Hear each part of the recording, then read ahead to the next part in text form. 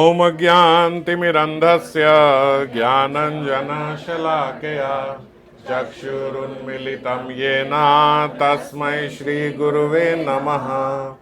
श्रीगौरांग नित्यानंद श्री अद्वैत चंद्र गदाधर श्रीवासादि गौर भक्त वृंदा वाञ्छाकल्पतरुभ्यश्च कृपा सिंधु पतितानां पावनेभ्यो वैष्णवेभ्यो नमो नमः।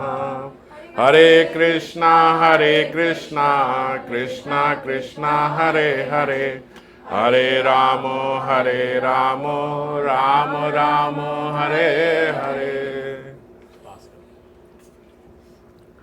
तो चैतन्य चरितामृत के माध्यम से हम लोग रामानंद राय संवाद पे चर्चा कर रहे थे और पिछली बारी हम लोगों ने साखे रस पे चर्चा करी थी। उससे पहले श्री रामानंद राय ने दासे रस की बात कही तो प्रभु कहे एहो हाय आगे कहे यार। इससे पहले हम सुनते रहे हैं कि श्रीमन महाप्रभु बोलते रहे हैं स्थाई भाव से पहले, ये भाव भक्ति प्रेमा भक्ति से पहले की जो बातें हैं उनको श्रीमन महाप्रभु ने कहा एहो भाई आगे कहे यार। पर जब भाव भक्ति प्रेम भक्ति और उसमें भी स्थाई भाव दास्य भाव और साख्य भाव की बात हुई तो श्रीमन महाप्रभु ने कहा एहो है आगे कहे यार। अब साख्य के बाद प्रभु कहे एहो उत्तम आगे कहे यार। पहले बाहर की बातें हो रही थी, फिर उन्होंने कहा हाँ ये बात सही है, और साख्य को श्रीमन महाप्रभु ने कहा एहो उत्तम आगे कहे यार। राय कहे वात्सल्य प्रेम सर्व साध्य सार। इससे पहले तो श्रीमन महाप्रभु जो प्रेम भक्ति से पहले की बातें थी जैसे हमने चर्चा करी वो बाहर की बोलते रहे, पर साख्य रस जो है उसमें ब्रज में हमने पिछली बार साख्य रस बात करी थी, अयोध्या की भी द्वारका की भी और ब्रज की भी। तो ब्रज में जो साख्य रस है उसमें कृष्ण छोटे भी पड़ जाते हैं। ये पहली बार जो हम अभी चर्चा कर रहे हैं ये रस की शुरुआत है जहाँ पे कृष्ण जो है वो छोटे पड़ जाते हैं और जो उनके आश्रित हैं वो उनसे बड़े हो जाते हैं। दासे तक का एहो है आगे कहे यार, क्योंकि दासे तक कृष्ण बड़े ही हैं और जो उनके आश्रित जन हैं वो छोटे हैं। यहाँ पे क्या है, जो विषय है वो आश्रय हो गया और जो आश्रय है वो एक प्रकार से विषय बन गया। और अब जब यहाँ वात्सल्य की बात आ रही है तो साधक पहले जो था वो जीव कोटि का था, परंतु यहाँ पर नित्य सिद्ध परिकर की विवेचना अब आरंभ हो जाती है। जब वात्सल्य की बारी आती है तो नित्य सिद्ध परिकरों की चर्चा होने लगती है। इससे पहले तक जीव कोटि है, मतलब हम लोग भी उस रस में जाके आस्वादन ले सकते हैं।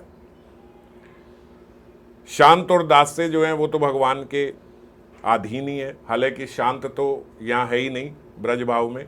ब्रज भाव में तो हमने पिछली बार चर्चा करी थी कि शुद्ध दास्य भी नहीं है, दास्य में भी कहीं ना कहीं साख्य जुड़ा हुआ है, परंतु साख्य रस से भगवान के जो भक्त हैं वो भगवान उनसे अधीन होने लगते हैं।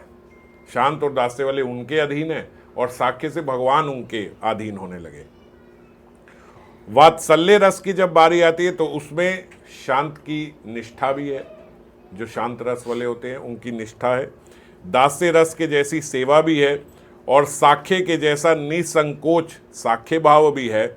और इसके अधिक क्या है कि उनमें श्री कृष्ण को पाल्य और अपने में पालक का ज्ञान रहता है। उन्हें क्या ज्ञान होता है कि इनका पालन पोषण मैंने ही करना है कृष्ण का। इसीलिए कई लोग यहाँ पे भी जो गोपाल जी की सेवा करते हैं, ब्रज में अधिकतर लोग गोपाल जी की सेवा प्राप्त करते हैं, तो उसमें पालक भाव आ जाता है कि अब इनकी सेवा सब मैंने ही देखनी है, इनको मैंने ही देखना है। तो ये भाव वात्सल्य से पूर्व नहीं था।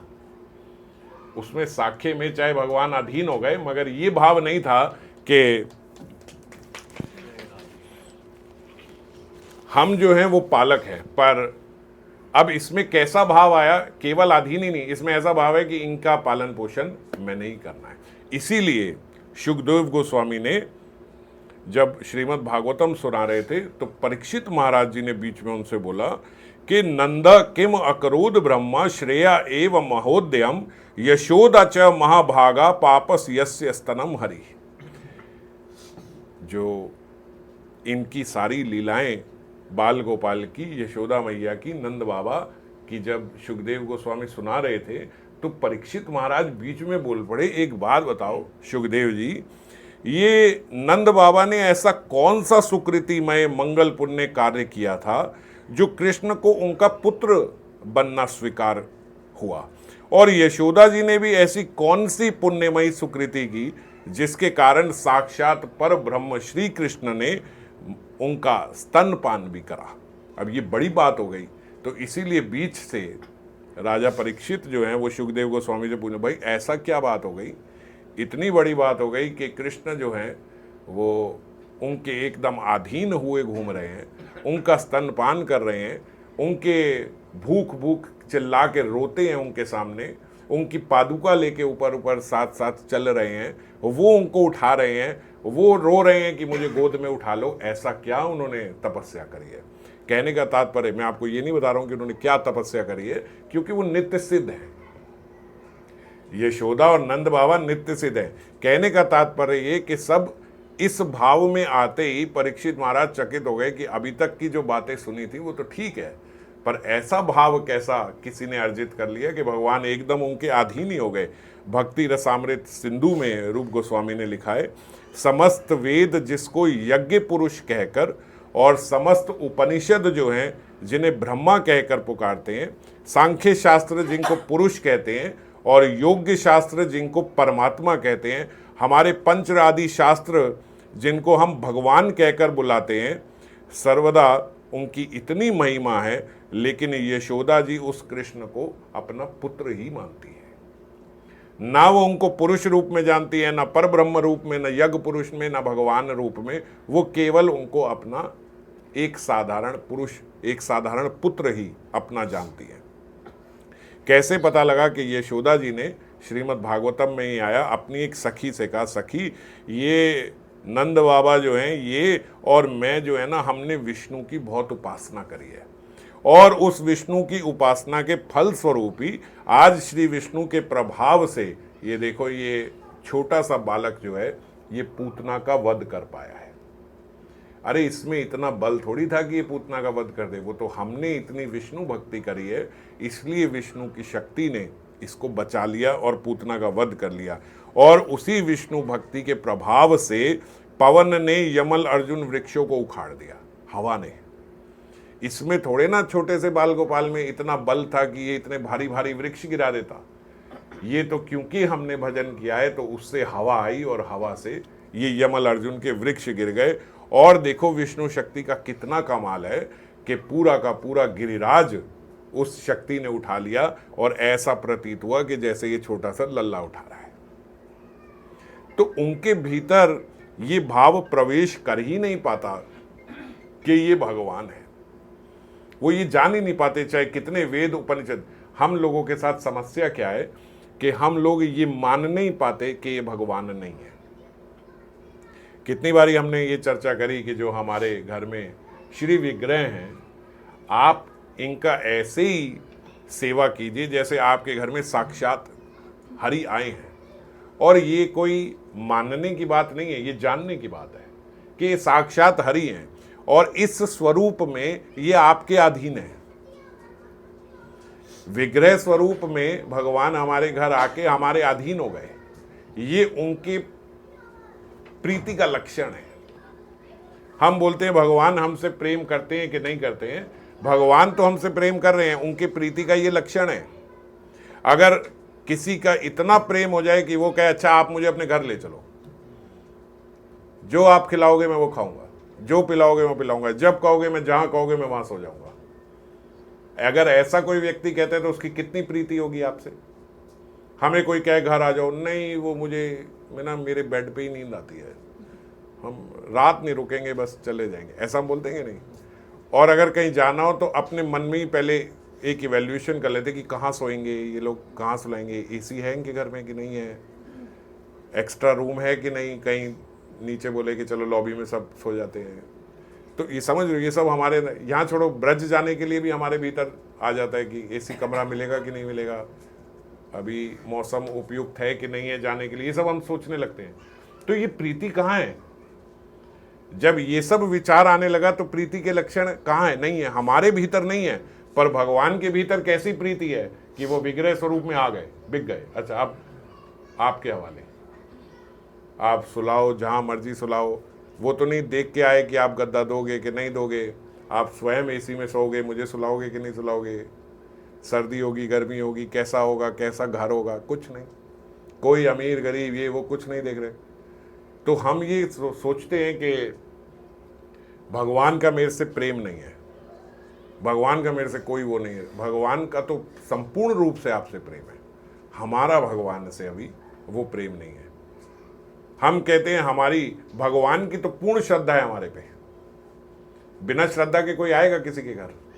तो उनकी तो पूर्ण श्रद्धा है, हमारी श्रद्धा उन पे नहीं है, बात उल्टी है। तो यहां पे पूर्ण रूप से माधुर्य, श्री कृष्ण जो है वो बाल रूप में पूर्ण रूप से अधीन है। यहां कोई ऐश्वर्य भाव नहीं है, कुछ पता नहीं है किसी को, ब्रज में कोई जानता नहीं है कि ये भगवान है। इसीलिए बाबा बोलते थे भगवत्ता की गंध भी नहीं है ब्रजवासियों के भीतर। और अगर हमें उस भाव में जाना है, प्रवेश करना है ब्रज में, तो हमारे भीतर भी ये भगवत्ता की गंध नहीं रहनी चाहिए। उन्हें पता नहीं है ये साक्षात हरि जो हैं ये हमारे पुत्र हैं, और सर्व ऐश्वर्य पूर्ण स्वयं भगवान होने पर भी श्री कृष्ण ने माता यशोदा के बंधन को स्वीकार किया। जब माता बांधने लगी तो बंध गए, थोड़ी लीला करी पर खेल करके लीला करके बंध गए। और कैसा बंध गए कि अब छूट नहीं रहे। अनेकों अनेक बाल गोपाल आ गए उनको छुड़ाने के लिए, पर वो छूट नहीं पाए। श्री कृष्ण को अपना लाले और अपने लालक पालक समझकर पुत्र श्री कृष्ण के मंगल के लिए यशोदा माता ने उन्हें बांध लिया। वो तो जब माता बांध रही है, डांट रही है, मार रही है, तो मंगल के लिए ही कर रही है, तो उनके मंगल के लिए उन्होंने बांध लिया। बोलते ऐसा नहीं, ऐसा भी कह सकते हैं कि वात्सल्य प्रेम द्वारा वे स्वयं बंध गए। रज्जू से नहीं बंधे, रस्सी से नहीं बंधे, उनके वात्सल्य के प्रेम से बंध गए। और यही कारण है कि इतने सारे बाद में सखियां जो यशोदा रानी की थी वहां की, वो सब आ गई। अरे अरे अरे खोल दो बेचारे बालक को कैसे बांध दिया, देखो कितनी निर्दयी है, यशोदा के लिए बोल रहे हैं, कितनी निर्दयी है, छोटे से बालक को ऐसे बांध दिया। अरे इसको तो स्पर्श करने से ऐसा लगता है कि इसका इतना इतना कोमल शरीर है कि स्पर्श करने से इसको आघात होता होगा, और ऐसी रस्सी से उसे बांध दिया। खोलने का प्रयास करने लगी, अनेक सखा आ गए, खोलने का प्रयास करने लगे। भगवान के सबसे बढ़िया मित्र वहाँ पे वानर जितने हैं वो सब के सब वानर आ गए, भैया खूब माखन खिलाया हुआ है इसने, आज हमारी मदद की इसको जरूरत है, हम खोल देते हैं। खोलने लगे, कोई ना खोल पाया, किसी से रस्सी नहीं खुली। क्यों नहीं खुली? इसीलिए बोलते क्योंकि वात्सल्य रस से बंधे हैं। वात्सल्य रस की जो रस्सी है वो केवल वात्सल्य रस वाला ही खोल सकता है। भागते हुए गए, दो यमल अर्जुन के वृक्षों में अटक गए, जोर के खींचा तो यमल अर्जुन के वृक्ष नीचे गिर गए। उसके बाद नंद बाबा आए, नंद बाबा ने यूं एक डोरी खींची, खोल दिया। क्यों केवल नंद बाबा ही खोल पाए? क्योंकि नंद बाबा के भीतर भी वात्सल्य प्रेम है, वात्सल्य प्रेम से ही बंधे थे और वात्सल्य प्रेम से ही खुले, और कोई खोल नहीं सकता था। तो भक्ति रसामृत सिंधु में बताया कि ब्रह्मा जी जो कि भगवान के पुत्र कहलाते हैं, शिव जी जो भगवान के हर रूप में उनके साथ हैं, उनके सखा कहलाते हैं, और लक्ष्मी जी जो साक्षात उनके वक्ष पर हैं, उन्हें भी ऐसी कृपा उन्हें भी प्राप्त नहीं हुई जैसी माता यशोदा को हुई है कि वो उनसे बंध ही गए। भगवान बोलते अहम भक्त पराधीन, पर भक्त पराधीन की जो परिकाष्ठा है वो उन्होंने केवल यहीं इसी लीला में दिखाई, दामोदर लीला में। इसीलिए पूर्ण रूप से एक मास पूरा दामोदर लीला उनकी अर्चना होती है, उनकी वंदना होती है और उन्हीं का चिंतन किया जाता है। क्यों? क्योंकि ऐसी लीला कभी न भूतो न भविष्यति, न पहले हुई है न आगे हो सकती है, न और कोई कर सकता है न कोई कर पाएगा। कि साक्षात परम ब्रह्म को जिनके बोलते उदर में, ये सारी सृष्टि भगवान के उदर में है, उनको उदर से ही बांध दिया, बंध गए। वो किस लिए, कैसे बंध गए? माता के वात्सल्य प्रेम से बंध गए। नंद राय जी और यशोदा जी की सुकृति के संबंध में आचार्यगण कहते हैं, नंद और यशोदा तो नित्य सिद्ध परिकर हैं। ये तो तपस्या जो करी थी वो तो श्री द्रोण और धरा ने करी थी। आप सब जानते होंगे पहले के द्रोण और धरा जो थे उन्होंने तपस्या करी, उन्होंने ब्रह्मा जी से वरदान मांगा कि हमारे को साक्षात हरि जैसा पुत्र चाहिए। ब्रह्मा जी ने कहा हरि जैसा तो कोई है ही नहीं, तो हरि रूप में ही आपको पुत्र मिलेगा। फिर तथास्तु कह दिया। तो वैदिक पुराणों में यही कथा है और ये सत्य भी है कि द्रोण और धरा जो है ये पति पत्नी, इन्होंने तपस्या करी तो अगले जन्म में ये नंद यशोदा बने। तो बताया ये जाता है, यहाँ पे रूप गोस्वामी बता रहे हैं कि ब्रह्मा जी ने आके वहां पे तथास्तु कह दिया और इनको क्या प्राप्त हो गया, ऐसा नहीं है। ब्रह्मा जी को खुद वो प्राप्त नहीं है, ब्रह्मा जी कहाँ से दे देंगे उनको? बोलते जब ब्रह्मा जी वहां आए तो ब्रह्मा जी ने देखा कि ये तो नित्य सिद्ध जो यशोदा और नंद हैं, ये उन्हीं के अंश स्वरूप हैं, ये द्रोण और धरा। तो ये तो हैं ही उनके माता पिता। अब तो ये लीला हो रही है मानव रूप में, क्योंकि कृष्ण ने आना है तो एक लीला बन रही है। जैसे भगवान हर लीला का एक सूत्र बना देते हैं, तो ये तो वो सूत्र बन रहा है जिसमें ये कर रहे हैं। तो इसीलिए ब्रह्मा जी ने तथास्तु बोल दिया, नहीं तो ब्रह्मा जी कहाँ दे सकते हैं किसी को वात्सल्य प्रेम? जितनी मर्जी तपस्या कर लो, ये भाव नहीं प्राप्त कर सकते। ये भाव ब्रह्मा जी खुद प्रार्थना कर रहे हैं कि मैं तो इस लायक भी नहीं हूं कि मैं ब्रज में रह सकूं, आप मुझे ब्रज के बाहर एक शिला बना दीजिए ताकि ब्रजवासी आते जाते उनके चरण की धूली मेरे मस्तक पर लग जाए। ऐसी प्रार्थना करने वाला इतना बड़ा दाता तो नहीं हो सकता कि वो कह जाओ तुम कृष्ण के माता पिता बन जाओ, मेरी औकात नहीं है, मैं बाहर रहूंगा, तुम बन जाओ। नहीं हो सकता। तो इसीलिए बोलते ब्रह्मा जी ने विचार किया कि है तो ये नंद यशोदा ही, अब ये मेरी तपस्या कर रहे हैं, तो उन्होंने तथास्तु कह के उनको आशीर्वाद दे दिया। पर वस्तुतः उनके आशीर्वाद से नहीं, वो तो थे ही उनके माता पिता। ब्रह्मा जी के वरदान की कोई ऐसी बात नहीं, और बोल रहे कोई कितनी तपस्या कर ले तो वो ये भाव प्राप्त नहीं कर सकता। जैसे हमने पहले बात करी कि अब नित्य सिद्ध परिकरों की बात हो रही है, पहले जीव कोटि की बात हो रही थी। तो इसमें एक प्रश्न उठता है, तो क्या तपस्या से वात्सल्य प्रेम नहीं मिल सकता क्या? और नहीं मिल सकता तो फिर इतनी जो परंपराएं हैं वात्सल्य की, ये जो वल्लभ परंपरा भी है, ये वल्लभ परंपरा जो वात्सल्य भाव की है, जैसे हम लोग माधुर्य भाव में हैं, तो ऐसे वात्सल्य प्रदान करने वाली भी एक परंपरा है। तो फिर वो क्या देते हैं जब दोबारा कोई बन ही नहीं सकता? तो बोलते उनके वहाँ जो साधक हैं, वो साधक वात्सल्य भाव में जब भगवान श्री हरि की सेवा करते हैं तो उनको ब्रज में क्या मिलता है? ब्रज में वो यशोदा की सहेलियां बन जाती हैं। जितनी वहाँ पे जो वरिष्ठ गोपियां हैं, जिनके अपने बाल जो हैं, जिनके अपने बच्चे जो हैं वो कृष्ण के साथ खेलते हैं, जो कृष्ण के सखा हैं, समझ गए? उनके पुत्र आदि जो हैं वो कृष्ण के सखा बनते हैं और उनका कृष्ण में वही वात्सल्य भाव आ जाता है। होगा ही, जब मेरे बच्चे के जो मित्र हैं तो उनके प्रति भी मेरा वात्सल्य भाव होगा। तो स्वाभाविकता वहाँ जो वरिष्ठ गोपियाँ हैं उनका कृष्ण के प्रति वात्सल्य भाव आता है। और कृष्ण भी, क्योंकि उनको अब वो आए हैं तपस्या करके कृष्ण को अपना पुत्र मानने के लिए, तो कृष्ण कहें कि मैं पुत्र ना बनूं तो ये भी बात जचती नहीं है। ये आए तो मुझे पुत्र बनाने के लिए।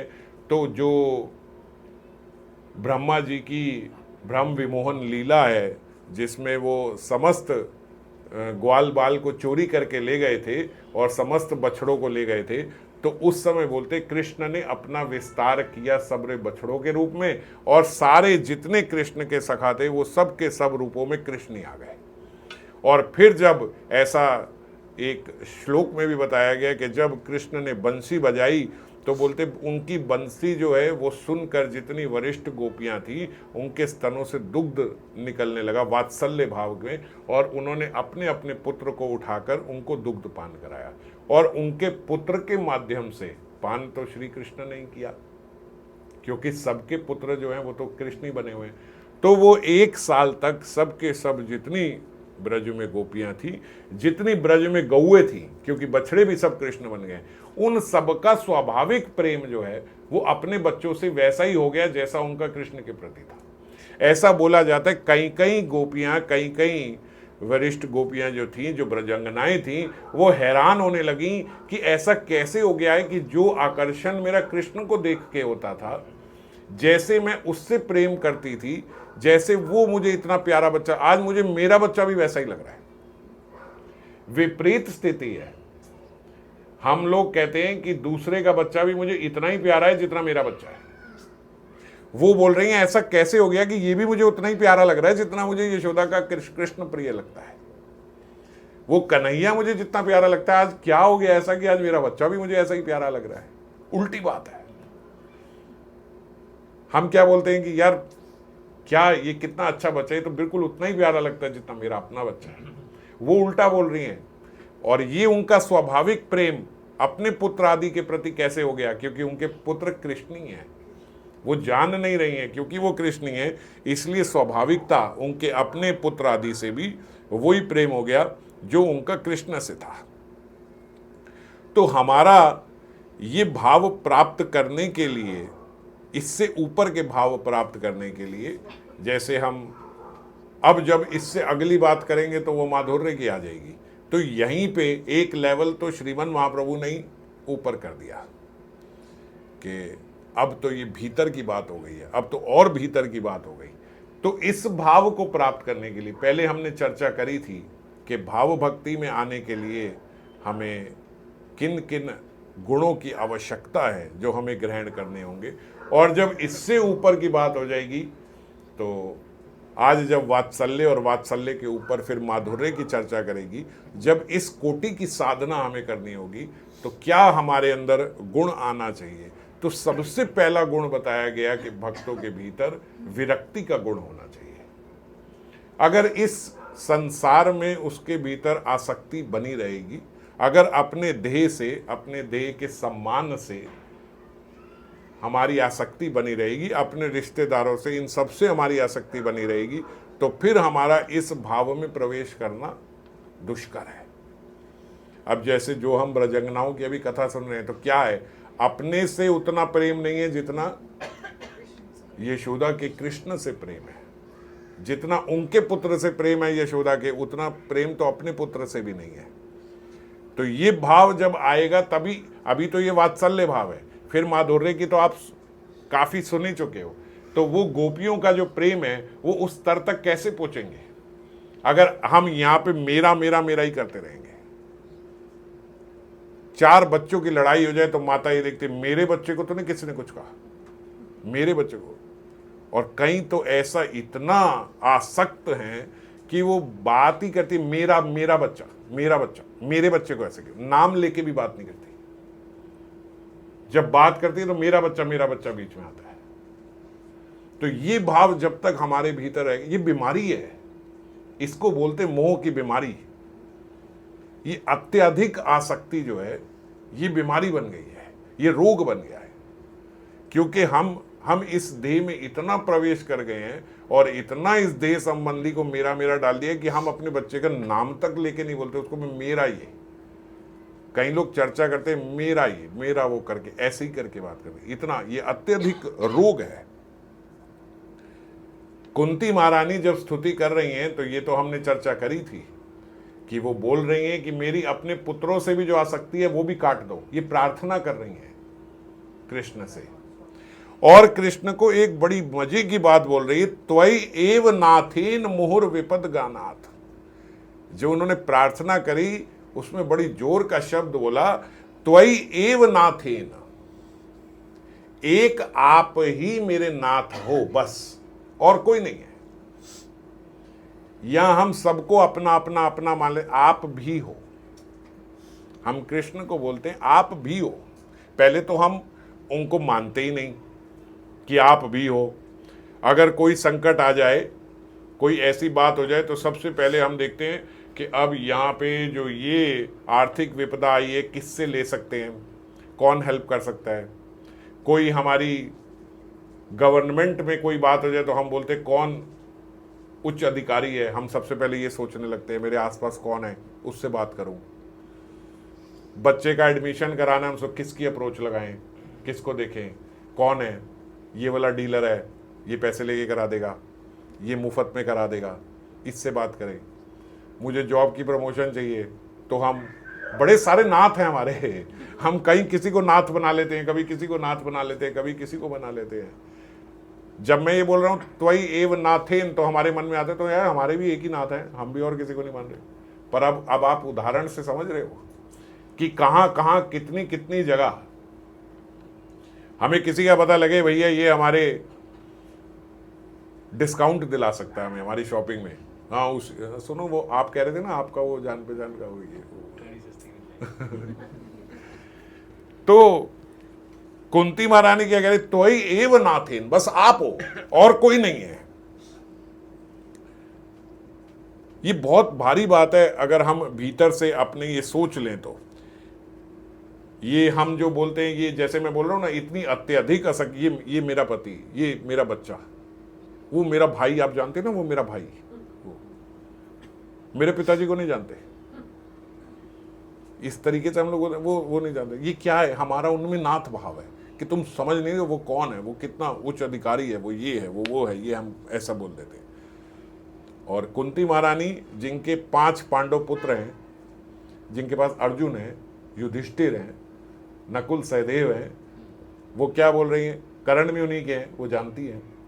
और वो क्या बोल रही हैं, त्वयि एव नाथेन, बस मेरे आप हो और मुझे कोई नहीं चाहिए, और इनसे जो थोड़ी बहुत आसक्ति है वो भी हटा दो, मुझे वो आसक्ति भी नहीं रखनी इनसे। वो 5 पांडवों से, वो ऐसे भक्तों से जो कृष्ण के इतने प्रिय हैं, उनसे भी, क्योंकि पुत्र भाव है, इसलिए कह रही हैं कि मेरी उनसे आसक्ति हटा दो। और हम यहाँ के हाड़ मास के पुतलों से ऐसा सोचते कि नहीं नहीं मैं आपकी भक्ति करूंगा लेकिन ये सब ठीक रहे। तो अगर ऐसा है भगवान, अगर देखो अगर किसी को कुछ हो गया ना, फिर मेरे से भक्ति नहीं होगी, तो हम इनडायरेक्टली अपने मन से भगवान को थोड़ा ब्लैकमेल भी, अगर मेरे साथ कोई प्रॉब्लम ऐसी और कुछ चल जाएगा मगर ये सब हो गया ना, तो फिर शायद मैं जितना कर रहा हूँ मैं उतना भी नहीं कर पाऊंगा। तो ऐसा हम जाके पहले ही भगवान के भीतर डाल देते हैं कि अगर ये सब किया तो फिर मेरे से भक्ति नहीं होगी, फिर मत एक्सपेक्ट करना कि मैं भक्ति कर पाऊंगा, और आप ही खराब करोगे ये सब करके। तो इसमें प्रार्थना उनसे कर रहे हैं, पर त्वयि एव नाथेन वाली कोई बात नहीं है, ना तो हम दूसरों को बता रहे हैं। गोपियां जो हैं वो देवी देवताओं की भक्ति कर रही हैं, अलाउड है। शिव जी की भक्ति करें, अलाउड है। पार्वती जी के व्रत रख रही हैं, कोई दिक्कत नहीं है।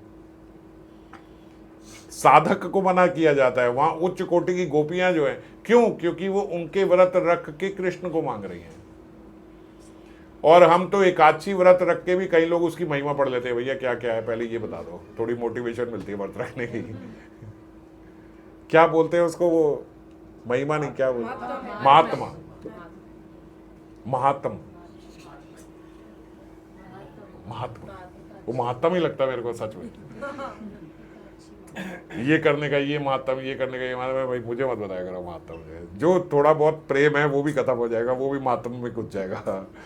तो महात्मय बुद्धि जो है वो ठीक है, शुरुआत के लिए साधक को महात्मय बताया जाता है, भागवतम में भी पहले 5-6 अध्याय महात्मय बताने के लिए। पर जब थोड़ी अवस्था, थोड़ा संबंध बन जाए कृष्ण के साथ, तो फिर महात्मय की कौन परवाह कर रहा है। परिक्रमा करने जा रहे हो, पहले शुक्ल पक्ष है कि ये पक्ष है कि इसमें करना चाहिए, इसमें रहने दो, वो उस वाले में करेंगे ज्यादा फल है, अरे छोड़ो, पूर्णिमा कि इसमें करो उसमें करो, ये करो वो करो, इसके लिए कौन कर रहा है। हम हमारे गिरिराज जी हैं, उनके समक्ष जा रहे हैं, कोई माता के पास बेटा ये सोच के जाता है आज पूर्णिमा है, आज माता के चरण छू सकता हूँ, आज क्या है वो अमावस्या है, आज माता के चरणों को नहीं देखूंगा, कोई क्योंकि कोई फल नहीं मिलना, क्या करूंगा माता के चरण छू के, पूर्णिमा पे फल मिलता है, ऐसा तो कोई नहीं सोचता। ऐसे तो आप भी अपने पति के पास नहीं जाओगे कि आज पूर्णिमा है, अपने पति को देख सकते हैं, अमावस्या में छोड़ो ना, आज खाना देने का क्या फायदा, इन्हें कुछ मिलेगा नहीं, आपके जीवन की अमावस्या आ जाएगी। तो हम ऐसा जब संबंध जहां होते हैं वहां नहीं सोचते, पर जहां संबंध नहीं है वहां ये सब बातें करी जाती है, समझ गए। तो इसलिए महात्मय जहां आ गया, वो महात्मय का मतलब अभी संबंध नहीं है, अभी महात्मय के माध्यम से जोड़ा जा रहा है। जब आप बिल्कुल स्कूल में किंडर गार्डन में जाओगे, एकदम नया नया बच्चा अभी, तो वो स्कूल वाले टीचर जो हैं वो बड़े प्रेम से टॉफी देते हैं, सब देते हैं, सब पेपर दे देते हैं, पेंसिल वगैरह, जो मर्जी कर, जो मर्जी, गोला पीला काट दे, पेपर फाड़ दे, कोई बात नहीं, जाते हुए फिर एक चॉकलेट थमा देंगे, आओ ये बेटा ये सारे ये खिलौने यहाँ पे खेलो, ये टॉय रूम है, मैडम कोई पढ़ाएगी नहीं, तुम्हें कुछ नहीं कहेगी, ये सारे झूले वूले सब झूलो, कोई बात नहीं। ये क्या है? ये महात्मा है, फंसाया जा रहा है स्कूल में। हाँ बेटा, एक बारी फंस जा तू, फिर देखेंगे, देखो उसके बाद 12 साल ऐसा रगड़ेगा बेटा, तू मैडम को टॉफी या चॉकलेट खिलाएगा। तो ऐसे ही महात्मा क्या है, वो तो शुरू शुरू में बच्चे की तरह दी जाती है, भैया ये फल है, सुन लो, ये कर लो, ये कर लो। पर इन चक्कर में ही फंसे रहे तो फिर संबंध कहाँ रह गया। तो विरक्ति में सबसे जरूरी है जो कुंती महारानी कह रही, तोय एव नाथे, केवल आप मेरे नाथ हो, ये भाव आना अति आवश्यक है। और जब ये भाव आया तो समझो स्वाभाविक विरक्ति हमारी हो रही है, हो जाएगी। एक बार ये भाव आ गया तो कितनी सारी आसक्तियां हट जाएंगी अगर हम कहें यही करेंगे। कोई समस्या आई है, अगर जीव को विश्वास हो यही करने वाले हैं, तो बेकार की कितनी आसक्तियां हमारी इस संसार में अपने आप स्वतः हट जाएंगी। प्रेम की गली अति साकड़ी है, पतली है ये बहुत, या 10-12 नाथ साथ में लेके नहीं चला जा सकता। जो पतली सी गली है, पगडंडी, उसमें अकेले ही चलना होगा, एक ही के साथ। और बस व्यक्ति से नहीं कि भाई हमारी व्यक्ति से आसक्ति है, सकते, हमारा लेवल अभी उससे बहुत नीचे है। हम सोच रहे हैं व्यक्ति से ही है, हमारी तो जयपुर गए तो कचौड़ियों से आसक्ति हो जाती है, नवरात्रे आए तो बहुत सारे याद आ जाते हैं, भैया वो बिना प्याज लहसुन का वो खाता है। एक साल लोग वेट करते हैं कि ये नवरात्रे में बिना प्याज लहसुन का बनाता है। तो 1 साल आसक्ति संभाल के रखी है हृदय में, 6 महीने बाद भगवान कृपा कर देते, 6 महीने तक आसक्ति संभाल के रखी है कि वो 6 महीने बाद उसके वो खाएंगे, वो हमें बिना प्याज लहसुन का मिलेगा। तो ऐसी जो आसक्तियां भी तो ये है, व्यक्ति तो अभी बहुत ऊपर की बात है कि हम कहें व्यक्ति से आसक्ति छोड़ो। पहले ये सारी, जब अगर विरक्ति के सोपान पे जाना है तो ये सब धीरे धीरे ये सब छोड़ते हुए जाना पड़ेगा। जैसे मीरा जी ने बोला मेरे तो गिरधर गोपाल, वो यही बात है, तो ये बनाते हैं, यही बात है, मेरे तो बस गिरधर गोपाल, बस यही है, इन्हीं के साथ है।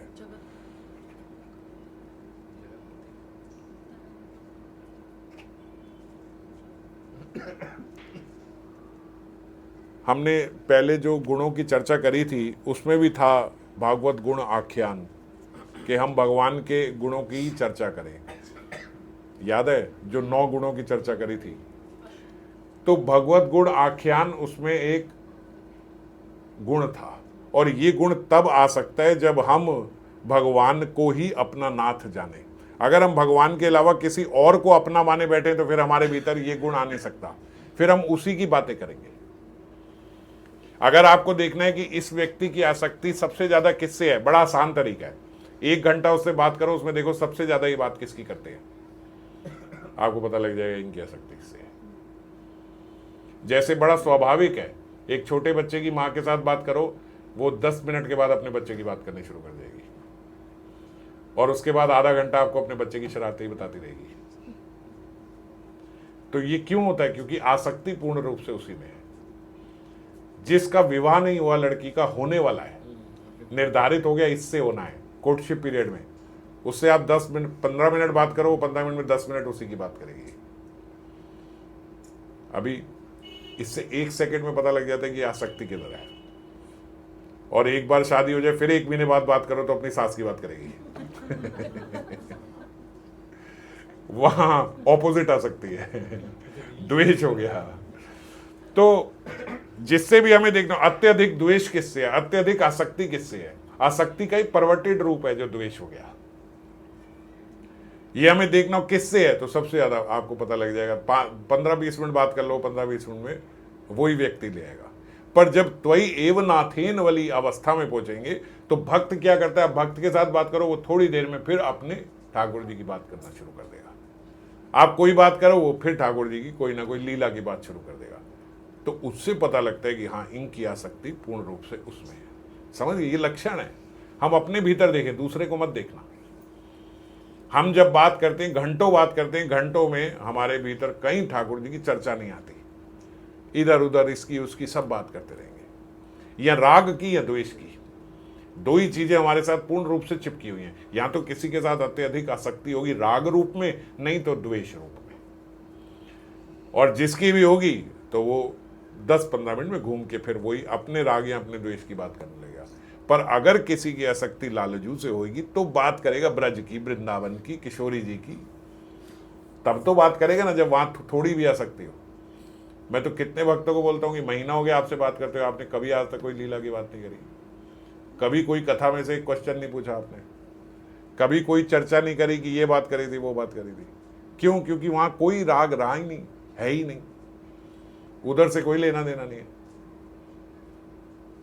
बल्कि कई लोग ये बोल देते हैं कि कथा वाली बात मत किया करो, या फोन पे तो दूसरी बात करोगे, फिर वही कथा वाली बात करोगे।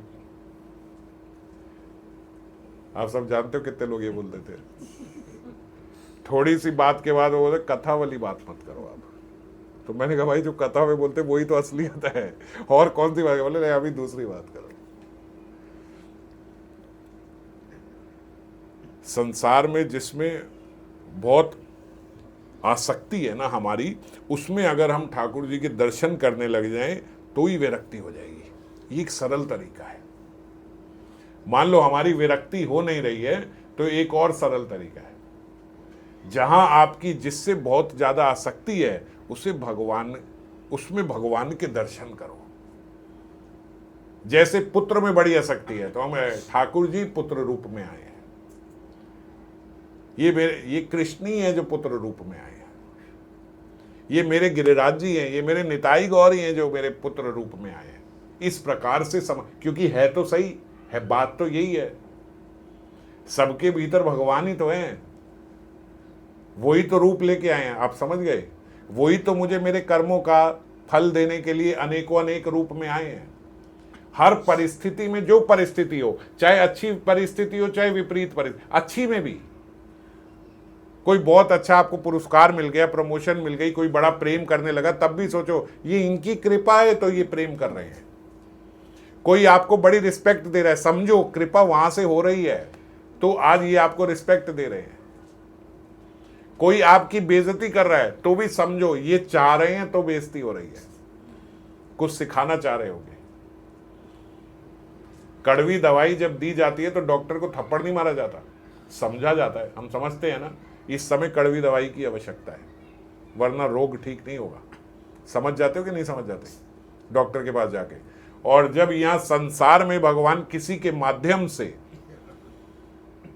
जो हमारी इंसल्ट हुई, किसी ने अपशब्द कह दिए, बेइज्जती हो गई, कहीं हार मिल गई, कहीं तकलीफ सहनी पड़ी, किसी के कारण सहनी पड़ी, तो हम तुरंत इसकी वजह से, किसी की वजह से नहीं हुआ, वो ही दे रहे हैं। वो कड़वी दवाई वहीं से आ रही है। आपके रोग का इलाज करना है, आपको सम्मान अति प्रिय हो गया है, आसक्ति हो गई आपको अपने सम्मान से, अपने पद से, इसीलिए वो कड़वी दवाई के रूप में थोड़ी इंसल्ट करने वाला भी 2 बंदे आ जाएंगे, वो भी वो नहीं है। तो समझ गए? तो सब में भगवान की ही उपस्थिति देखना, हर परिस्थिति में, हर व्यक्ति में भगवान की उपस्थिति देखना, इससे भी विरक्ति हो जाती है। कोई बहुत अच्छा कर रहा है तो हम उसके पीछे पागल नहीं हो रहे, इनकी कृपा है आज ये अच्छे हैं सब।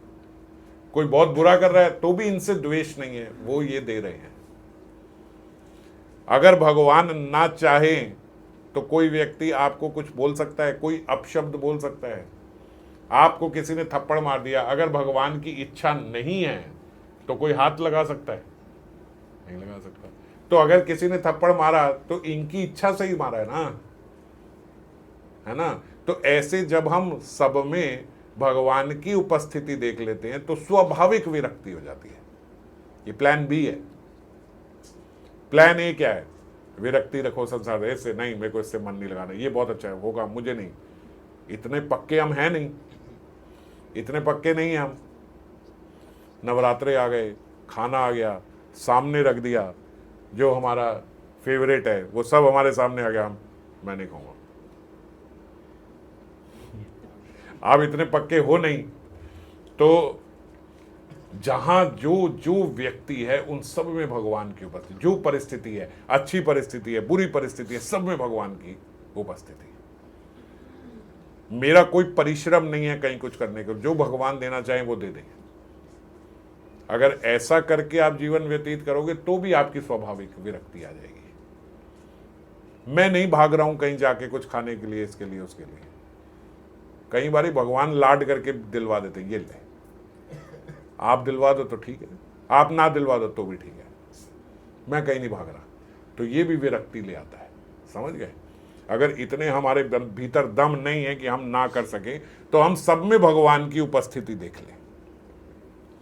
और एक और आपको पते की बात बताऊं तो ये संसार से जो भाव हम जोड़ते हैं ना, वो अवगुण बन जाते हैं। वही भाव जब हम भगवान से जोड़ते हैं तो वो गुण बन जाता है। आप कहो मेरे भीतर बड़े अवगुण हैं, मेरे भीतर बड़ी आसक्ति है, कोई बात नहीं, वो भगवान से जोड़ दो, वो गुण बन गया। ये आसक्ति संसार से जुड़ी तो अवगुण हो गया, ये आसक्ति भगवान से जुड़ी तो गुण हो गया। ये जितना आपके भीतर लोभ है, जितना आपके भीतर काम है, जितना क्रोध है, ये सब कोई गलत नहीं है, गलत जगह जुड़े हुए हैं। हनुमान जी भगवान राम के सबसे प्रिय बन गए क्रोध करके। उन्होंने क्रोध को राम जी की सेवा में लगा दिया, पूरी लंका जलाए, इतना क्रोध। आप किसी की चुन्नी जला दो क्रोध में, भगवान आपको ऐसा दंड देंगे कि याद रखोगे। और हनुमान जी पूरी लंका जलाए, पूरा घर बाहर किसी का फूंक दिया, और क्या हुए? भगवान के प्रिय हो गए। तो क्रोध जो है वो भी भगवान की सेवा में लग गया। गोपियों ने काम से कृष्ण को पा लिया। इसमें भी जो परीक्षित महाराज है, बीच में टोक दिया सुखदेव गोस्वामी को। अरे गोपियों के भीतर तो काम भाव था, वो कैसे कृष्ण की इतने प्रिय हो गए? सुखदेव गोस्वामी ने डांट दिया। तो पहले नहीं बताया क्या? जब शिशुपाल की बारी आई थी तब नहीं समझाया था क्या? भगवान के साथ द्वेष भी इस जगत में नहीं, शिशुपाल ने भगवान से किया, भगवान को प्राप्त कर लिया। जिसने क्रोध किया भगवान से किया, भगवान को प्राप्त कर लिया। और अनुकूल भक्तों ने वो क्रोध को भगवान की सेवा में लगा दिया, वो भगवान का प्रिय हो गया। काम किशोर जो गोपियों के भीतर था वो कृष्ण से कर दिया, वो भक्ति हो गई। वही काम इस जगत में लगा दो, अवगुण हो गया। कितनी मजे की बात है। आप अपने अवगुण भी रखो, चलो, हटाने की जरूरत नहीं है, उनका विषय बदल दो। ये सारे अवगुण जब जाके कृष्ण से मिलते हैं तो गुण हो जाते हैं। और सारे गुण आपके अगर इस जगत में आ गए, अवगुण हो गए। हरि नाम से ऊपर कुछ है ही नहीं। बोलते हरि नाम तो भक्ति का अंग नहीं है, हरि नाम तो साक्षात हरि ही है। ऐसा भी कहना पर्याप्त नहीं है कि ये भक्ति का एक अंग है, नहीं, ये भक्ति नहीं, ये तो बोलते भगवान ही है। नाम जप जो है भक्ति का एक अंग नहीं है, ये तो भगवान ही है, क्योंकि नाम नामी अभिन्नत्वम, ये तो साक्षात हरि है। तो साक्षात हरि जो है, इतना बड़ा गुण हरि नाम, चैंटिंग, इतना बड़ा गुण। भगवान का नाम ले रहे हो तो साक्षात बोल रहे भक्ति भी नहीं है, भगवान ही है।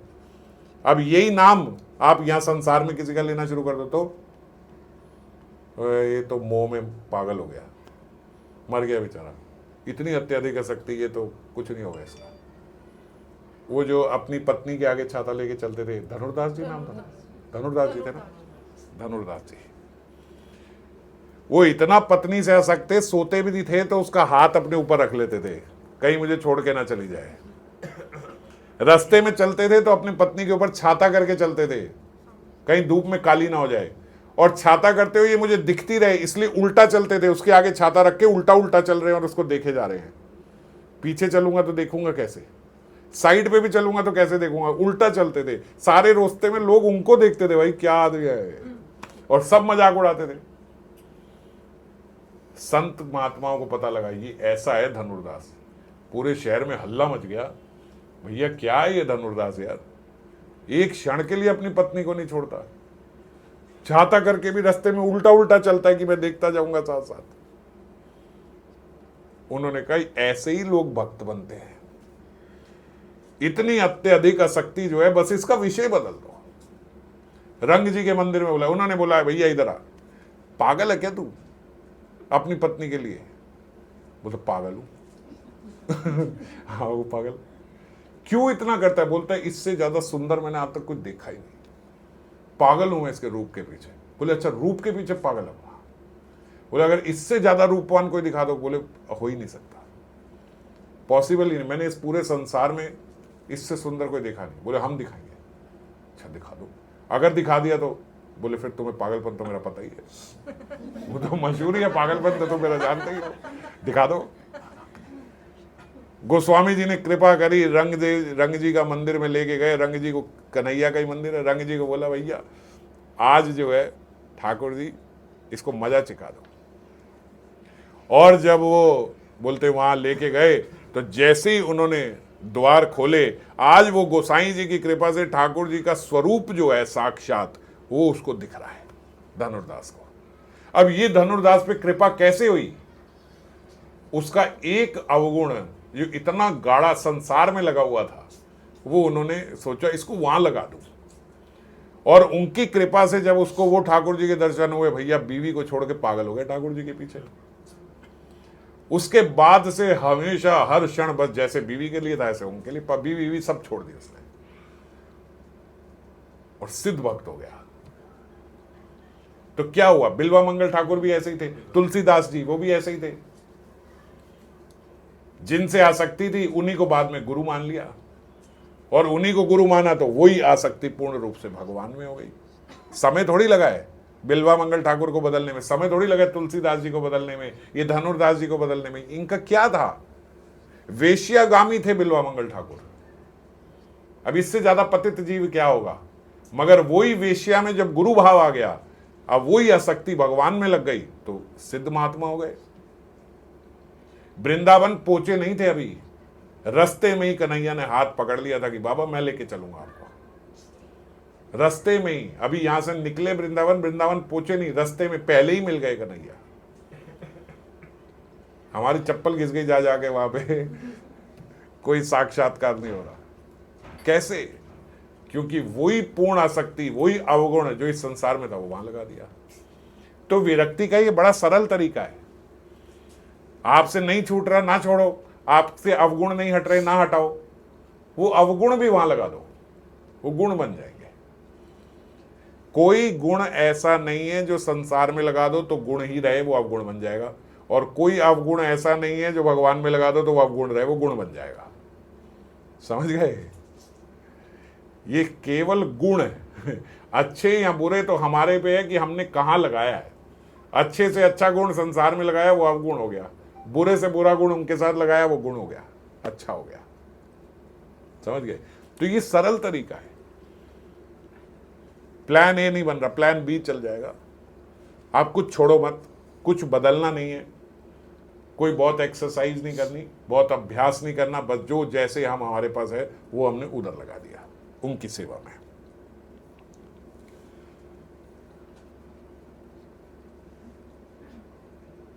और दूसरा गुण एक भक्त के भीतर होना चाहिए कि वो प्रशांत रहे। प्रशांत मतलब अत्यधिक शांत, अत्यधिक शांत। प्रशक्त शांत को बोला जाता है प्रशांत।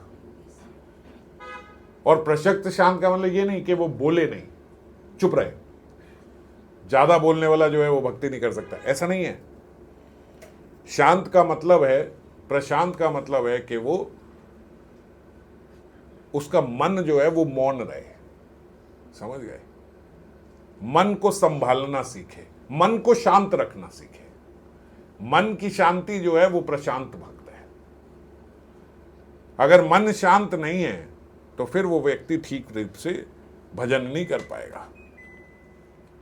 तो प्रशांत, इसीलिए शांत नहीं बोला, भक्त को शांत होना चाहिए, भक्त को प्रशांत होना चाहिए, उसके मन शांत होना चाहिए। प्रत्येक इंद्रियां जो है वो अंदर से हल्ला कर रही हैं, शोर मचा रही है प्रत्येक इंद्री, और वो मन को अपने साथ मिलाने में लगी हुई है। इसीलिए मन का शांत रहना बड़ा मुश्किल है। एक व्यक्ति जिसकी 5 पत्नियां हो, एक पत्नी वाला शांत नहीं रह पाता, और 5 पत्नियां हो जाएं किसी की, और 5 अलग अलग दिशा में खींच रही हैं, और उस व्यक्ति को हम बोले बेटा शांत हो जाए, वो कहेगा महाराज कुछ और मांग लो, मगर शांति नहीं मिल सकती मुझे। तो वो कैसे शांत रहे जब 5 इंद्रियां हल्ला मचा मचा के उसको अपने तरफ खींच रही हैं। तो मन जो है, मन की ये स्थिति है, पूर्ण रूप से इंद्रियों को व्यवस्थित अगर मन भजन में कर दे तो फिर ही हो सकता है कि मन शांत हो जाए, अन्यथा नहीं हो सकता। अगर सब की सब एक ही तरफ लग गई तो फिर तो शांत मन एक ही तरफ चल पड़े और हो गया काम। पर संसार में ऐसी कोई साधन नहीं है कि सारी इंद्रियां एक जगह लग जाए। संसार में ऐसा कोई साधन नहीं है, ऐसा कोई स्थान नहीं है, ऐसी कोई जगह नहीं है जो सारी इंद्रियों को अपनी तरफ लगा दे। एक स्त्री को देखोगे, थोड़े देर आंख दूसरी स्त्री को देख रही होगी, पैर तो इस स्त्री के साथ चल रहे होंगे, देख इधर रहा होगा, सुन कहीं और रहा होगा, सुन और देख इधर होगा, सुन कहीं और रहा होगा, वो उधर आकर्षित हो जाएगा। समझ गए? इस संसार में ऐसी कोई जगह नहीं है जो आपकी 5 इंद्रियों को एक जगह व्यवस्थित कर दे, तो मन शांत हो नहीं सकता। मन को शांत करने का क्या तरीका है कि सारी की सारी इंद्रियां भगवान की सेवा में लग जाए। ऐसा अनेकों अनेक संतों ने किया, अनेकों अनेक भक्तों ने किया है। ये सामर्थ्य केवल कृष्ण के पास है कि वो आपकी 5 इंद्रियों को सेवा में लगा दे। और जिस इंद्री से आप भजन नहीं करोगे ना, वही इंद्री आपसे पाप करवाएगी। आपको ये, मेरे को यहाँ पे बैठना तो बड़ा अच्छा लगता है, यहाँ आना बड़ा अच्छा लगता है, यहाँ ये सब भक्तों को देखना, भगवान के ठाकुर के विग्रह देखना, सुंदर देखना, सब बड़ा अच्छा लगता है, ये सब सही है, मगर मेरे को ना कीर्तन इतना भाता नहीं है। बाकी सब अच्छा लगता है लेकिन कीर्तन इतना, तो वो कान जो है, जो आपको ये कह रहे कि कीर्तन, वो आपको गानों की तरफ फिर लेके जाएगा। जो इंद्री यहां नहीं लगेगी वही पाप कराएगी। आपको सब कुछ सही है, कोई व्यक्ति कहे मुझे तो कीर्तन सुनना भी बड़ा अच्छा लगता है, मुझे तो भक्तों को, भगवान को देखना, ये सब करना, हरि कथा जो है ये सब सुनना, ये सब बड़ा अच्छा लगता है, पर मेरे से ना कीर्तन में गाया नहीं जाता, मैं बोल नहीं सकता, अच्छा लगता है सब कुछ बड़ा वहां बैठ के। तो ये जो इंद्री आपने नहीं लगाई, अब ये दूसरी फालतू बातें करेगी, वो आपको पाप की तरफ ढकेल देगी। समझ गए? जिस इंद्री को भगवान की सेवा में नहीं लगाओगे, वो इंद्री आपको पाप की तरफ ले जाएगी। इसलिए प्रयास करके 5 इंद्रियों को भगवान की सेवा में लगा दें, ये सरल तरीका है। इसी तभी प्रशांत हो सकते हैं। और भगवत गीता में यही भगवान ने दर्शाया है। वो 5 अश्व जो हैं, घोड़े जो हैं, वो 5 इंद्रियां हैं, और जो उनसे रस्सी बंधी हुई है उन इंद्रियों से, वो ठाकुर जी ने अपने हाथ में पकड़ लिया। वो रस्सी मन है, समझ गए? वो कृष्ण ने अपने हाथ में पकड़ी है, तो ही अर्जुन का रथ जो है वो सही चल रहा है। तो हमारा भी रथ तभी सही चल सकता है अगर मन जो है वो भगवान के हाथों में पकड़ा दे कि भैया 5 इंद्रियां ये आप ही की सेवा में लगेंगे, तभी प्रशांत हो सकता है जीव, अन्यथा नहीं हो सकता। समझ पा रहे इस बात को? प्रैक्टिकल लग रही है कि नहीं लग रही है? कैसे प्रैक्टिकल लगेगी? कि सुने तो कीर्तन सुने, गाएं तो भगवान का ही यश गान करें, कोई लीला की बात करें, कोई कथा की बात करें, कोई अन्यथा बात, छोड़ो ये सब बातें, ये फिलॉसफी की बात करो। जो श्रीमद् भागवतम में फिलॉसफी है उसकी बात करें, चर्चा करें उन पे। ये फालतू की बात करने से, फालतू की बात सुनने से, इधर उधर जाने से, ये सब सुनने, जिस इंद्री से नहीं करोगे वो आपको पाप की तरफ ले जाएगी। और चले जाओगे तो ये भाव जिनकी चर्चा कर रही है, ये भाव ग्रहण करने के अधिकारी नहीं बनेंगे, वो पात्रता हमारे भीतर नहीं आएगी। इधर जो आप इनका कह रहे थे, धनुदास जी और बिल्वा मंगल ठाकुर जी का, इनकी लगी हुई थी पांचों इंद्रियां, इनकी ऐसे थी, इनकी सारी इंद्रियां जो है वो अपनी बीवी में घुस गई। ये अनोखे एग्जाम्पल है ना, इसीलिए तो तुरंत भक्त बन गए। अब बिल्वा मंगल ठाकुर का उस वेश्या के लिए पागलपन देखो, वो रोज आती है, रोज आती है। एक दिन तूफान में नहीं आ पाई, तब भी वही तुलसीदास जी की भी सेम स्टोरी थी। वो बिल्वा मंगल ठाकुर की पत्नी मर गई, उसके शव के ऊपर बैठ के पार करके चले गए नदी। उन्हें पता ही नहीं लग रहा, भैया बीवी है, मर गई है, मैं क्या कर रहा हूं। उसी रात्रि में वो कह रही तुम जाओगे मैं मर जाऊंगी, अच्छा कोई बात नहीं, मर गई, उसके ऊपर बैठ के चले गए नदी पार करके। क्योंकि सारी इंद्रियां एक जगह लगा दी, और जिस एक जगह लगाई उसने कहा वह पागल, ये सब मेरे में लगा दी, इतना तूने भगवान में लगा दिया था तो भगवत प्राप्ति हो जाती तुझे। उसने जाके जब धक्का दे दिया कि तू क्या ये सब मेरे पास, हर सारी चीज एक ही जगह लगी हुई थी। हमारा क्या है, एक जगह से धक्का पकड़ा दूसरे दरवाजे में चले जाएंगे, दूसरे ने छोड़ा तीसरे के पास चले जाएंगे, तीसरे ने छोड़ा कोई बात नहीं चौथा है मेरे पास। मन लगा के रखना है बस, हम अपना मन लगा के रखेंगे संसार में। हम अपना सारा निवेश एक जगह नहीं करते। Don't keep all the eggs in one basket, समझाया जाता है। इधर उधर हमने सब लगा रखा है, तू नहीं तो कोई और सही, कोई और नहीं कोई और सही।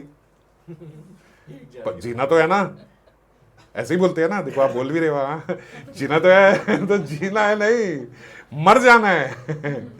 बिल्वा मंगल ठाकुर टाइप जो थे ये ऐसे थे, मर जाएंगे तेरे बिना, कोई नहीं चाहिए, बस यही चाहिए। और वो एक ने जब दरवाजा बंद कर दिया तो भगवान के रास्ते पहुंच गए, फिर इस जगत में और कोई है ही नहीं। हम ऐसे पक्के नहीं हैं, तो ऐसे कुछ ही थोड़े से उदाहरण रहे हैं, इसीलिए वो भक्तमाल में आ गए हैं कि अनोखे हैं ये अनोखे एग्जाम्पल है कि इनकी सारी इंद्रियां जो एक जगह में। अब बताओ धनुर्दास जी जैसा पागल हो सकते हो? सोए तो हाथ में, वो करे तो हाथ में। वो भी ऐसे ही थे जो पुरंजन, वो पुरंजन भी ऐसे ही थे, पागल एकदम अपनी स्त्री की वजह, भगवत प्राप्ति हो गई। एक ही जगह पागल हो जाओगे तो बड़ा आसान है उसको हिला देना। हमें ठीक करने के लिए 100 जगहें ठीक करनी पड़ेगी। इस पागलपन यहां भी घुसा, यहां भी घुसा, यहां भी, एक जगह से लगाओ दूसरी लग जाती है, दूसरी में लगाओ वो तीसरी में लग जाएगा, क्योंकि बटी हुई है बहुत सारी आसक्ति जो है। उन सबकी आसक्ति एक ही जगह थी, बस वो एक बंद किया, लग गए भगवान में। बड़ा सिंपल है, समझ गए? तो सारी इंद्रियां एक ही जगह लगी हुई है, और हमारी सब इंद्रियां बड़ी सारी जगह लगी हैं, बड़ी सारी। कभी लिखने बैठोगे तो पूरा जीवन लिखने में ही व्यतीत हो जाएगा। इसलिए मैं ये बोलता ही नहीं कि ये सब ट्रैक करो कि हमारी इंद्रियां कहाँ कहाँ लगी है। बस निकाल के इधर निवेश कर दे जहां भी जो भी है, और आनंद आएगा। ऐसा नहीं है कि कहीं हमें कोई इधर उधर फालतू की जगह में लगाना है। आनंद घन विग्रह में लगानी है, पूर्ण रूप से आनंद आएगा। प्रैक्टिकल है ये। जब भगवान की लीलाओं की कथाओं की बात करते हैं, जब कीर्तन श्रवण करते हैं, जब कीर्तन में बैठते हैं तो आनंद नहीं आता क्या? आता है। जब भगवत प्रसाद खाते हैं, भक्तों से मिलते हैं, धाम जाते हैं, आनंद नहीं आता क्या? आता है। तो बस इसी में हम इसी आनंद में रहें। भजन है किस लिए? जो हमें भजन पद्धति है ही इसलिए कि आप अन्यथा कार्यों में ना जाओ। भजन से भगवत प्राप्ति नहीं होती। भगवत प्राप्ति तो भगवान की कृपा से ही होगी। भजन से क्या होगा? आप अन्यथा नहीं जाओगे, आप संसार में नहीं जाओगे। वो समय जो आपका था, वो आपका वो समय भक्ति में लग गया। भक्ति में लगने का क्या फायदा हुआ? संसार में नहीं गया। फिर धीरे धीरे कहीं नहीं लिखा है कि इतना भजन करने से, ये करने से भगवत प्राप्ति होती है, ये करने से भाव हो जाता है, ये करने से कृष्ण प्राप्ति, कहीं नहीं लिखा है। कहीं किसी शास्त्र में लिखा हो बताओ? मैंने तो कहीं नहीं पढ़ा। इतना नाम करने से हो जाती है, हरि नाम, इतना नाम करो तो आपको भगवत प्राप्ति, कहीं लिखा है? कहीं नहीं लिखा। धाम जाने से हो जाती है। बिल्वा मंगल ठाकुर धाम पहुंचे नहीं थे, कृष्ण पहले आ गए थे। तो कहीं कोई ऐसी साधना नहीं है कि ये साधना केवल इसीलिए है कि आप संसार में लिप्त ना हो। संसार में लिप्त होते जाओगे तो फिर वहां पहुंच नहीं पाओगे, समझ गए? तो इन गुणों को अगर हम अपनाएं, विरक्ति का आसान तरीका है, हटाना कुछ नहीं है, बस उधर लगा देना है। और प्रशांत भी मन तभी होगा जब पूर्ण रूप से इंद्रियों को उधर लगा दिया। बस ये करना है तो हो गया काम, भगवत प्राप्ति हो जाएगी। ठीक है। प्रशांत के मूर्तिमान स्वरूप हैं सूरदास जी, सबसे ज्यादा प्रशांत। हम इंद्रियों का सहारा तो लेते हैं ना भगवान का भजन करने के लिए, कोई साधन, वो सूरदास जी एक जगह बोलते हैं अगर कोई साधन लेना पड़े भजन करने के लिए तो ये भी थोड़ी सेकंड क्लास बात हो गई।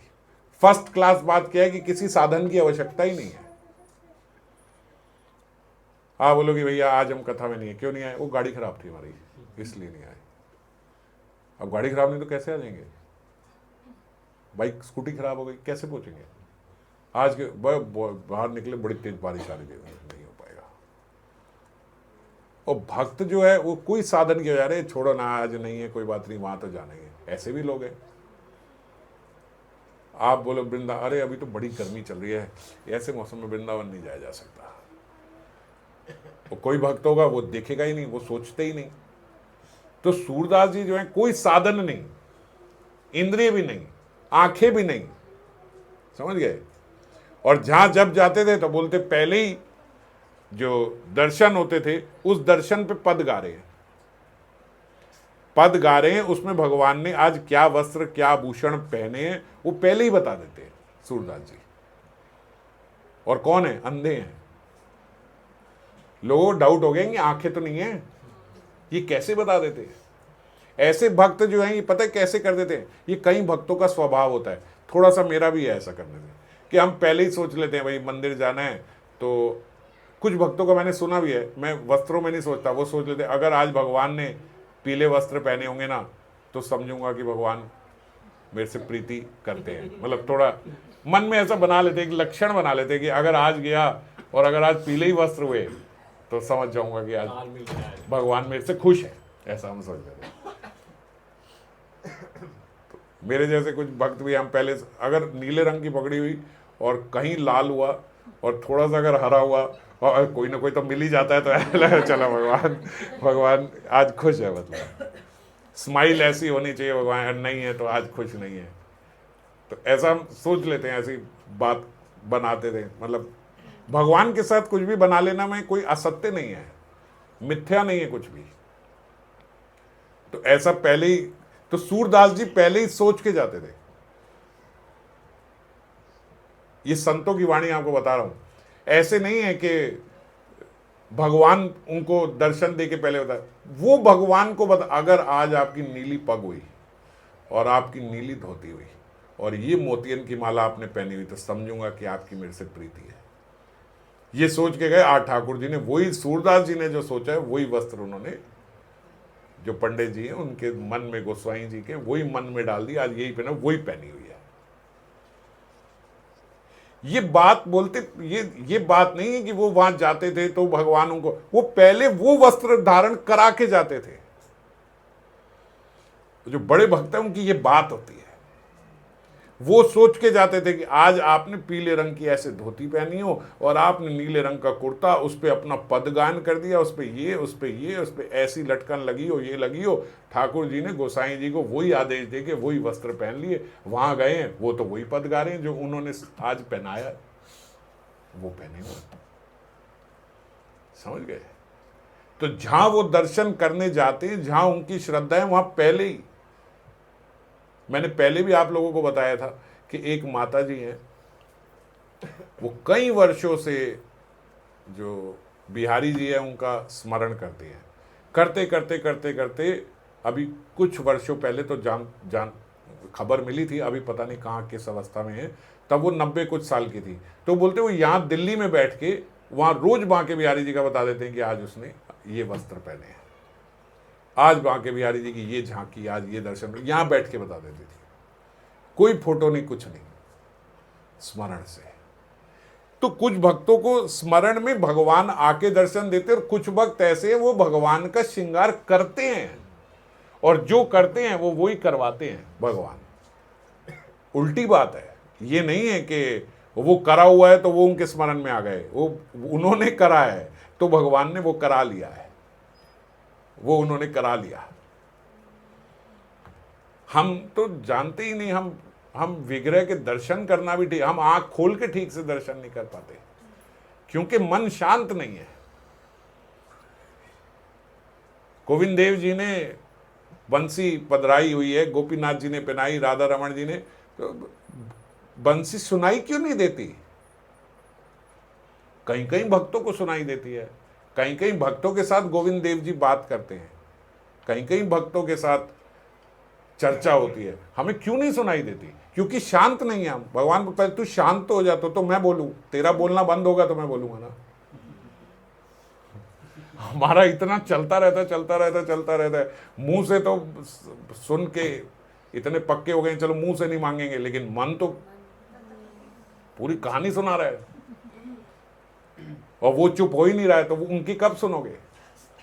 सुन कौन पाया है? जो प्रशांत है, शांत है, जिसका मन, वो सुन पाया है उनको। उसी को तो बंसी सुनाई देगी जो चुप होएगा, नहीं तो कैसे हम कैसे समझे? हम आंख खोल के वो दर्शन इसलिए नहीं कर पा रहे हैं, जो आंख जिसकी आंख नहीं है वो कर पा रहा है। बिना आंख वाला भी कर पा रहा है, हम आंख खोल के देख के भी वो दर्शन नहीं कर पा रहे हैं। हम जैसे लोगों के लिए ही राधा रमन जी में और ये राधा वल्लभ जी में, बिहारी जी में वहां गद्दी बनाई है राधा रानी की। हम जैसे लोगों को अरे राधा रानी नहीं है, राधा रानी नहीं है, जबकि उन विग्रहों में ही राधा रानी के दर्शन हैं, दर्शन है उनमें, लेकिन क्योंकि हम देख नहीं पाते तो आरोपित करते हैं राधा रानी नहीं, बिना राधा रानी के कृष्ण। अरे बिना राधा रानी के कोई कृष्ण कहीं होते ही नहीं है। आप कभी राधा वल्लभ जी के दर्शन करो तो कई बार देखना कि वो बाईं और जो है चुटिया बना देते हैं। क्यों बनाते हैं? क्योंकि बाम अंग किशोरी जी है, दाएं भाग उनका जो है वो कन्हैया है और बाएं भाग किशोरी जी है। इसीलिए जब भी कभी गुत बनाएंगे ना आप देखना तो बाएं अंग में ही होगी। किशोरी जी ऐसे नृत्य मुद्रा में रहती है, जैसे गौरांग महाप्रभु भी ऐसे नृत्य मुद्रा में रहते हैं, ऐसे नृत्य कर रही हैं किशोरी जी, मस्त हैं।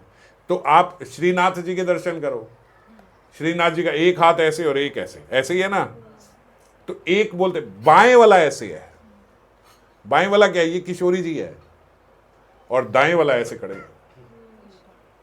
ठाकुर जी आगे ऐसे खड़े होते हैं, विट्ठल जी को देखो ऐसे खड़े।